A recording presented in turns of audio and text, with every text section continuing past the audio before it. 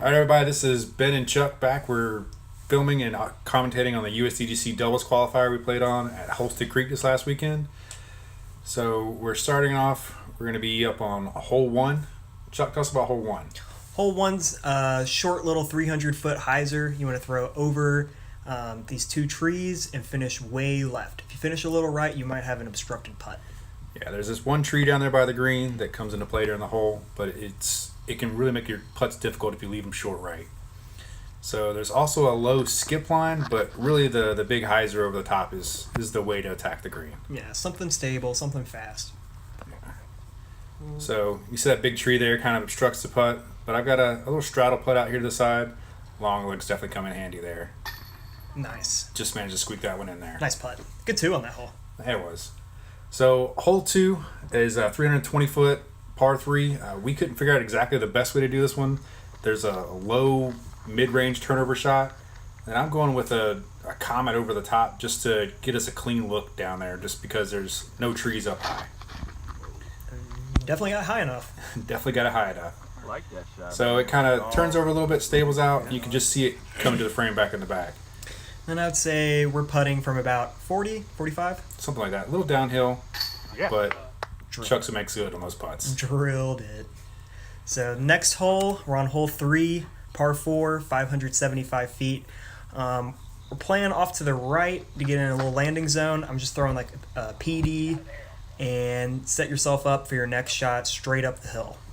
So this second shot's really it's a full rip. When we did this in practice, we tried to throw some fairway drivers and just couldn't reach it. So I'm taking my flippy Wraith and just throwing it pretty much as hard as I can just to try to get us up there to get a look at the basket. Yep, you left us about 20, 25 out. Should be a gimme putt from here, but Just right. Man, that hurt. so good thing about doubles, we have 2 runs at this putt. Good thing about doubles is... You can both miss this easy putts. oh well. Tell us about hole 4. Hole 4 is pretty much just a straight shot. You're going to basically throw down a little tunnel. Basket's kind of sitting up on some cinder blocks there, so slightly elevated, but you're trying to throw a low skip shot. I'm going the thumber over the top. I left it a little lower than I intended, but it's get us down there and should give us a little look. But the low skip shot up the right-hand side is a fairly good shot if you miss those trees on the right. Yeah, it's a short hole. You can get a mid there, but the higher you throw, the more those trees come into play. So you definitely want to throw either over them or under them. So Hole 5, we've got a little straight to right. I'd say I ended up throwing a pretty good shot, but it ended up about 100 feet long in the woods. So we ended up taking your shot. which was not fantastic, because we actually practiced this one from the longs, which is a backhand turnover shot. So we kind of stepped over this and weren't 100% sure on here, and we just did not read it correctly. Yeah, it's just a little 90-foot approach. So Chuck got us up inside the circle for an easy par. So I decided to go ahead and run at this one and see if we can make something happen. Oh, and run it you did. Nice. Just left it a little left. Dang, that's close. So hole 6 is another. This is going back up that little hill. So it's a uphill 230, low ceiling, tight gap. Just Chuck, you're throwing a mid-range hyzer with a rock, right? Yep, throwing a DX rock on a little flex line. Just to miss that tree you can kind of see in the middle. I ended up a little bit too far right, caught some cabbage, but we were close enough that we were going to hit that putt. Yeah, make good from there. We don't normally miss those 20-foot putts, but... It was about 25. Yeah. Next hole... Hole 7, so it's the safe shot's pretty much just a mid-range down to the gap, and then you can go from there and try to attack the green. Or if you've got a big shot, you can try to throw something, either a power hyzer over the right-hand side, or something that's just going to keep turning right, just throwing straight at that gap. Yeah, I'm throwing a buzz here, trying to play for position. Didn't turn it over as much as I'd like to with that tailwind. We've got a little bit of a flex forehand look. We're kind of tucked behind here. You give this a really good look. Yeah, so that buzz you had hit those trees, but it did get us out, so we had a nice little straddle on it. And that comet down the hill is just holding. And one of the best touch shots I threw all day, in my opinion. Great shot, but we ended up just a little right in these vines. No real look. I mean, I've got That was actually a stance violation. Yes, it was. I was hoping someone would call me on it, but nobody did. So I had to try to forehand putt, but this tree, you can see it up against my back, so I couldn't actually move or get a full release on there. It's just such a super awkward situation for me again. Hole 8, this is a little tunnel shot, 250 feet, slightly downhill. Pretty much just, it's a little bit slanted left to right, but just throw anything that goes straight. So I'm throwing a sidearm, Get in. give it a good run, but ended up a little deep. Yeah, that left to right does make that sidearm kind of push down a little bit. And the T sign does say that there's OB down there in the swamp, and probably about 3 feet farther than where you ended up is where that OB is. Mm-hmm. And it's knee deep to ankle deep water, and then you've got who knows how deep of mud. But making good on that little comeback putt up there. Tough putt. Felt good. So hole 9 is a par 3, plays uphill. This is the mailbox hole. Very uphill. Very uphill. So taking something and just ripping it up there, just trying to go as straight as you can. Just playing basically a straight flex line over the trees. Yep, and I ended up turning my shot over a little bit too much, robbing myself of a lot of distance after I hit that tree, but we ended up in an all right spot. So I took my zone there and just trying to throw a little hyzer run at it, try to get us a look at that, see if we can save that birdie. And then Chuck doing what he does and just making good on that 25-foot putt. Hey, inside the circle, we better make it. That's right. Hole 4, we got super downhill, 560 feet. Name of the game here is to just throw it really, really, really straight. Yeah, that's exactly right. So anything down there where you can get to the gap, hopefully down there towards the left side of that is going to give you the best approach. We caught that tree and ended up a little farther right than we wanted to be, so we ended up with this awkward little hyzer approach down to this basket, and just didn't quite push it deep enough. I was happy with the throw until we got down there, and then I was like, oh, this basket's about 75 feet further than I thought it was. Yeah, so we were debating about it. We decided to go with the forehand approaches, but the backhand approach may have been the better line just to get that flex glide. out at the end. Yeah, that extra glide down the hill. Hole 11, it's par 3, 225 feet, slightly downhill, little hyzer. Yeah, a little hyzer, nothing. Oh, this is the forehand turnover shot. So here I'm taking just a flippy challenger and just putting it down the middle, letting it turn. You don't want to turn it too much because you don't want to cut roll, but you got to make sure you get it over so that you stay to that left hand side over there. 30 circle's edge. Yeah. Make do. You got to make good on those putts. So hole 12, this is a weird little hole. Chuck and I, neither one could really figure out how to do this. So he didn't like this hole at all, trying to throw a roller and got caught up. My only option on this one was trying to throw a thumber over the top. It's there, but I put it a little higher and didn't quite give it a chance to get the forward push it needed. We're 50 out. We've got a look, but it's not one you're really expecting to make. Yeah, this is would be great, but didn't happen. Hey, you gave it a run. Gave it a chance. So hole 13, this is another one we practiced from the long pin, and we were playing the shorts here. So basically I'm taking just a putter on a little hyzer shot and just put it over to the right side of the gap because we're playing to the basket that's downhill and tucked. It's more straight than left. Mm-hmm. And I put a little too much hyzer on it and just kept fighting left. But the basket's it's down there, so that puts us inside the circle. It will just outside the circle for a putt. Where are we? Oh, there we are. Your Chuck's back in the left-hand corner of the screen, putting from a briar patch, basically. Oh, yeah. It's just jail. So, another one where we didn't practice this hole. We didn't quite end where we want, but we got in putting range and gave it a bid. Yep. This hole is 285 feet. There's a little railing in your way. You're throwing from a platform. You're throwing over the water, trying to make it finish back inbounds. There's a little grassy flat that you're trying to land on, but I ended up airing it and hit the clay and skipped about, 35 left? Yeah, 35 left, but it's a pretty putt coming back towards the water. If you run this putt and you hit metal, you're probably going to be good, but you do run the risk of taking a scoop and then scooping into the water, which could be bad. Yep. So moving on to hole 15, this is a big forehand hyzer or a weird little backhand turnover shot. And Chuck's taking this backhand turnover shot tight over the right-hand bushes. Yeah. He's put a good pull on that. He just needs that to stabilize a little bit more, and it'll be a great shot. And it's gone. And it's gone. We had no idea what happened there, so it ended up just outside of circle. We had this awkward little putt in the bushes, so I'm just going to take a forehand putter and try to make something happen. Yep, I take that drive every time on that hole. Yeah. Not ideal, but it's about as good as you're going to get. Yep. Hole 16, 390 feet. You've either got a flex sidearm line or you got a big turnover backhand line. I took the turnover. I ended up cut rolling towards the pond. And let's see what you do. I'm taking my overstable Wraith and just putting it on a little anhyzer and pushing down there, trying to just get to the left of that first tree that's down there. And the little headwind we had just kept it turned over, and it just never was able to fight back out. Yep, and no real good run at the basket, so I just laid up with my Nova. Yeah, nice little forehand Nova up on the green. Easy tap-in putt from there. So hole 17, this is one of the ones where we're playing out over the water. So the pond's a little low because they had some dam issues, but there's still OB marked up there where the normal water height is. So pretty much you're just playing a nice little mid-range hyzer into that hill and just hoping it sticks there. Yep, I'm throwing a verdict. Something pretty stable, not overstable, but with a lot of fade.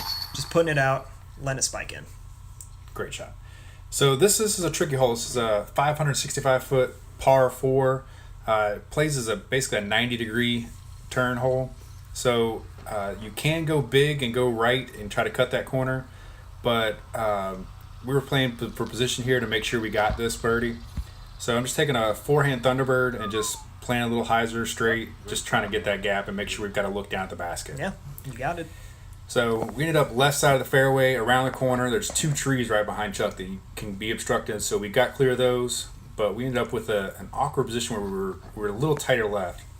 So I'm throwing this big turnover over these trees, and I ended up finishing about 50 feet from the basket. Yeah, we lost my disc in this hole, so we were still looking for my disc. Chuck was like, I'm going to bang this putt, and just went up there and smashed it. My bad. I don't take my time on my jump putts. So this is just a straight shot downhill, just taking a buzz and putting a good push on it, and Chuck just turns this one over beautifully. Yep, my idea on this hole was as long as I throw it at that kind of circle tree on the left with something a little flippy, I'm going to turn over. As long as I don't hit the one on the right, I should be putting. That's exactly what we did. We actually looked at this one and thought we were a lot closer, but I guess we got a lot of slide going down that downhill down there. Mm-hmm. So hole 20 takes us right back up the hill. So we're throw down a hill on 19, back up a hill on 20. So this is a high turnover flex shot, basically, is what I'm throwing. I'm throwing a Leopard 3, just trying to throw it high and hard and let it have a nice little turn right and then kind of stall and finish left back towards the basket for a putt. Great shot. Trying to avoid those trees, but taking that high line and not having to worry about trying to throw a difficult flex shot around them. We're cleaning up again. So this is starting the stretch where Chuck and I finally figured out how to play disc golf, which it was needed to put this round together where it needed to be. So hole 21 is a low straight shot that has to get under the tree, so it's playing straight, but you've got to make sure you get underneath those pine trees that are guarding the green down there. Yep, I threw my shot about 10 feet too high, so I ended up fading about 25, 30 left of the basket. If I kept it a little bit lower, I probably would have been within 10 feet. Mm-hmm. Exactly. So moving on to hole 22, it's a par 3, 360 feet. It's basically just a big hyzer high to try to attack the green, but as long as you're throwing something high in hyzer or low in hyzer, trying to get that fade left, you're going to have an approach to the basket. This isn't one that we really had the distance to actually get a good look at birdie. But no, it plays much longer than 360. Yeah, so we got in position where we had a little forehand run for me, and gave it a chance. Yeah, great run. Hole 23, we've got par 4, dead straight, 440 feet, super uphill. First shot, you're just trying to stay in the ropes. Me, I'm throwing a Thunderbird, kind of low, just trying to play in the middle of the fairway and try and get a birdie 3. Yeah, as far as this hole plays uphill, 440, you think you can even throwing hard shots, you might be able to get in a circle, but with this far uphill, it's a full throw, and then you've got the basket on the mound, so you really can't attack this one very well. Mm-hmm. So any kind of placement shot up the hill where you can have an easy approach is what you want to do. Yep, you want to keep it close because it's on this mound, and it gets windy at Holston. Yeah, you can see they put this South Carolina flag up on top of that basket, and it looks really cool. It makes it extra daunting when you're throwing this putt. Nice putt. I actually left that one a little low, and the wind caught my nose up right, so we were ready to go in the basket and just floated in there. I was very lucky. No, that's a good wind read. Wind read, that's it. So hole 24, we're going right back down the hill. So you can see down here there's these 2 little bunker traps. They've actually got lattice work in front of 2 little sand traps. So the idea is if you're throwing the low hyzer there, you can get caught up in those, and it gives you a very obstructed, poor footing to attack the basket. Yep. But you got around them. I got around him, so chuck through him, and I just threw that nice big safe hyzer. And it just gives you a simple little putter shot, half bid at the basket from there. So put us back inside circle. Chuck's not going to miss those putts. Hole 25, par 4, 435 feet. This is a hole you can pick which fairway you want to go, left or right. We elected to go to the right side. You really just want to throw a control shot in the fairway and then throw a short little up to the basket. Yeah, anything in the fairway here is good. Anything off the fairway here can become very troublesome. As you will see. So I threw what I thought was going to be a decent shot. We get up there, and I put myself directly behind this big tree where we've got to go over it to try to attack the basket. And I've never thrown a thumber that turned left, but I did here. So I don't think I got enough push on it. I just put it too high to try to get over the top of that tree, and it just stalled left on me. Yeah, and then I tried to throw a sidearm around the tree, and it ended up flexing out, and I went, 100 long? 100 long of the basket, just deep in the trees with no approach back. Yeah. So here we're just left with a forehand ante around the corner just to get us inside the circle. You can see Chuck pump fakes Kelly there, and she went with it and just kind of stayed on the basket. Hey, there it is. He does a full committed pump fake to every putt he throws. Hole 26, par 5, 870 feet. Not too far as par 5s go, but there's OB everywhere. OB everywhere. It's one of my favorite holes on the course. You don't need a ton of distance to be able to birdie this hole, but you have to be able to throw your spots. So just throwing something safe to get us on that right-hand side over there so we can have a nice little approach shot. Yep. Down to where our next landing zone is, because we're still not trying to go for the green, even though it is a par 5 and you'd like to eagle it, but it's not in the range of what we can go for. Nope, and I'm just throwing a turnover over the crest of this hill, just playing for position, staying in the fairway, give us a chance to get up and down. All right, and he's done just that. Put us right there, dead center in the middle of that fairway there, just over the top of that crest there. So we've got a nice downhill look at this guarded green. So around the green there's a mound, and outside the mound there's sand. The sand plays as a one-stroke hazard. Yep. So I'm just taking a Thunderbird again and just ripping it on a good little hyzer and just trying to play it back to the basket. You can just see it there, just fade back in over top of the basket. Yeah, you can see that the mound is just a giant ring around the basket. If you're in that ring, you're in bounds. If you're out of the ring by a couple feet, you're probably taking an OB stroke. Yeah. So if you land that sand, you just putt from where you are as a stroke penalty. Good putt. Thanks. Hole 27. This is over the water shot. We're playing from the short, so it's only 335. I wanted to throw the hyzer, but I'm kind of a woods player, so I elected to go straight. Turned my buzz over a little bit, pulled it. Gives us a look, though. Yeah. My drive, I tried to go the forehand line, and I left it short and ended up in the water. But, I mean, Chuck gave us a putt, so... We're about 45, 50. Yeah, so we had a chance at it. Just caged out. Good run, though. So we did end up finishing the round, shooting 14 down. So overall, pretty happy with that. We ended up placing second.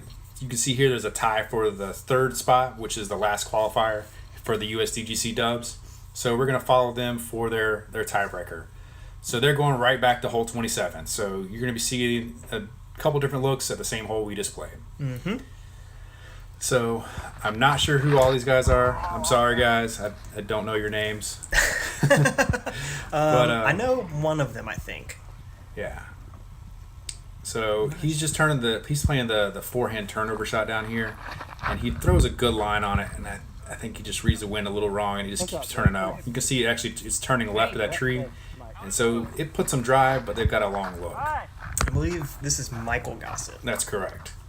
The more attractive of the Gossett brothers, as he likes to say. Mm-hmm. So he's taken, I believe he's throwing a Firebird here, not 100%. No, he's throwing a T-Bird here.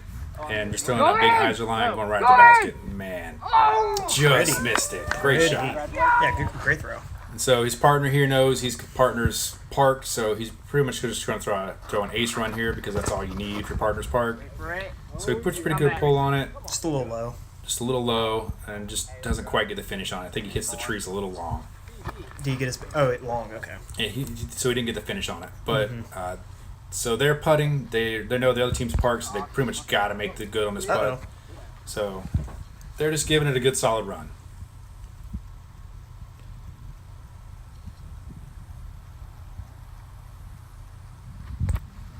He's got a chance. Just a little high, a little left. So this is Michael For third, for got it. third place. Finishing up, taking that pressure putt and that headwind. Congrats, guys. So first place, thumb and gun, finishing out with a 72, just killing the course. And then we did place second and go ahead and qualify. And then the sleepers took their third place qualifier after the sudden death playoff. So like I say, thanks to Kelly Craven for videoing this whole thing for us, and to Mr. Camp for giving us some of the still shots that we used, and just great shots of nice little flag placed on top of that hill. Yeah. Thanks, guys. Like, follow, and subscribe. See ya.